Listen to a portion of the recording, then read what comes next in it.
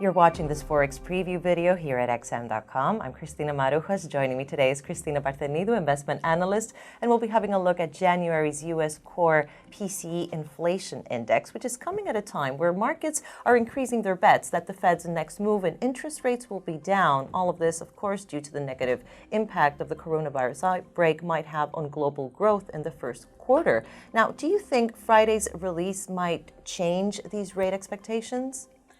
We expect a slightly stronger core PCE inflation index in January at 1.7% year-on-year, which will be the second marginal increase in a row. However, at the same time, we're somewhat suspicious that the rise in inflation could be reversed in the coming months if the fast expanding coronavirus outside China's borders keep restricting global business activities, reducing demand for U.S. products, and therefore bringing a potential slowdown in inflation and GDP growth.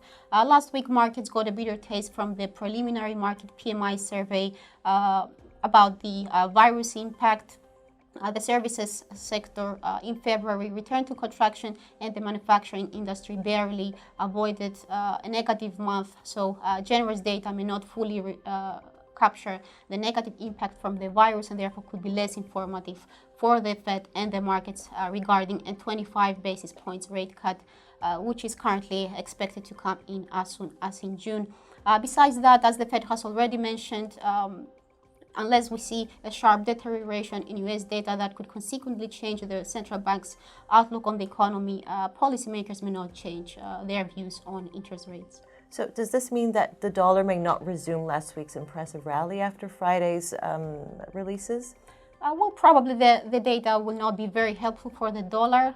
If we got a weaker than expected inflation or personal consumption and income data which will accompany the inflation report, this could be a signal that conditions may have been even worse than we currently believe, and that could further increase the odds for a rate cut and add more pressure to the dollar.